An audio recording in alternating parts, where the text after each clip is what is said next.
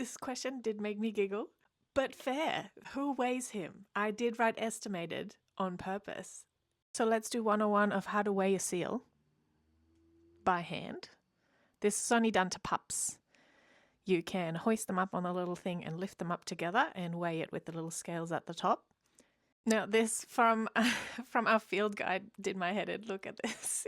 Virtually all animals other than weaned pups must be anesthetized for weighing and measuring. Great care should always be taken. Now these studies were done a long time ago and they were done with ethics approval, mind you.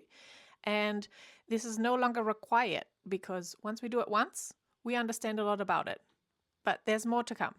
Second method would be hoisting them on this tripod system, done for female elephant seals a lot because there's a lot of information to be gained from the weight of female seals. They're capital breeders, so they reproduce when they have enough resources, which is represented by them having put on a lot of fat. So we do research that a lot and weigh them a lot. Now for anything larger than 300 kilograms, the larger pole net and electronic scales are required, so the seal gets rolled onto the net. The net gets lifted up and put onto scales. And while this is being done, if they're being weighed this way, we also take their length measurements and their circumference, so the girth measurements. And what we can do with that is write down what's their size is and what their respective weight is at that size. So once you do this a couple of times, you have a really good idea of what the average weight is of a seal of that size, right?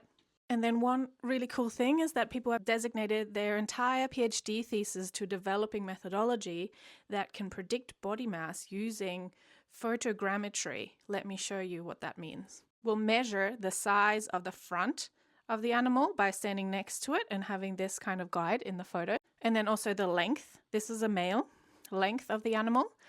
And then we can predict their weight just by these measurements, given the models that were developed for this species. Now, I do also need to mention the fact that their fat content inside their bodies is actually really important, and there are non-invasive measurements that can estimate how much blubber fat is in their skin. This is done using ultrasound, as you can see here.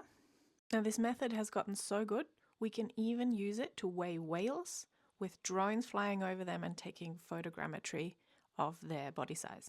Here's the concept. All you need to do is measure length, side, and even estimate the volume using mathematical models. It's really, really cool. So yeah, I hope you enjoyed that little tidbit.